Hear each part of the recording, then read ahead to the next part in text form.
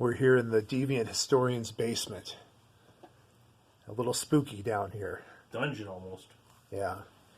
And we're shooting this video for Self-Deletion Awareness Month, which is September. And he and I got into a conversation on the topic. And I mentioned a sort of an analogy that the Deviant historian thought would be a good idea for a video. And the analogy is the game of 8-ball. I'm a big fan of 8-ball pool. It's one of my favorite things to do. And one reason I love it is that it's a game where anything can happen. From the very beginning of the game to the very end, anything can happen. Even somebody who's terrible at pool can win every once in a while.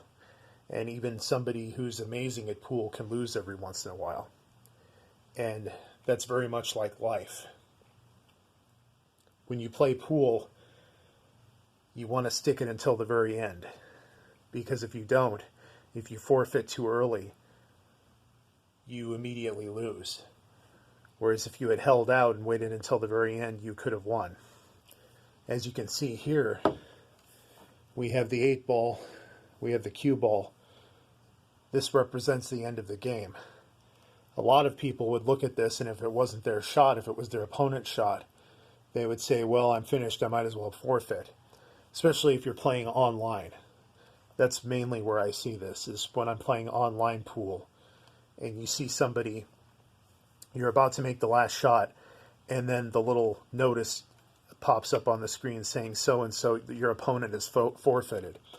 And you look at the opponent who did that, and you look at their stats, and their stats are usually not very good. And one of the reasons why is because they don't hold out until the very end. They forfeit like that when they think they're going to lose, even if it's not definite that they will. So that's kind of my little analogy, metaphor about self-deletion. Is I have my own opinions about it, and they're kind of complicated. But I will say this. It often pays to stick it out until the end, because you never know what might happen.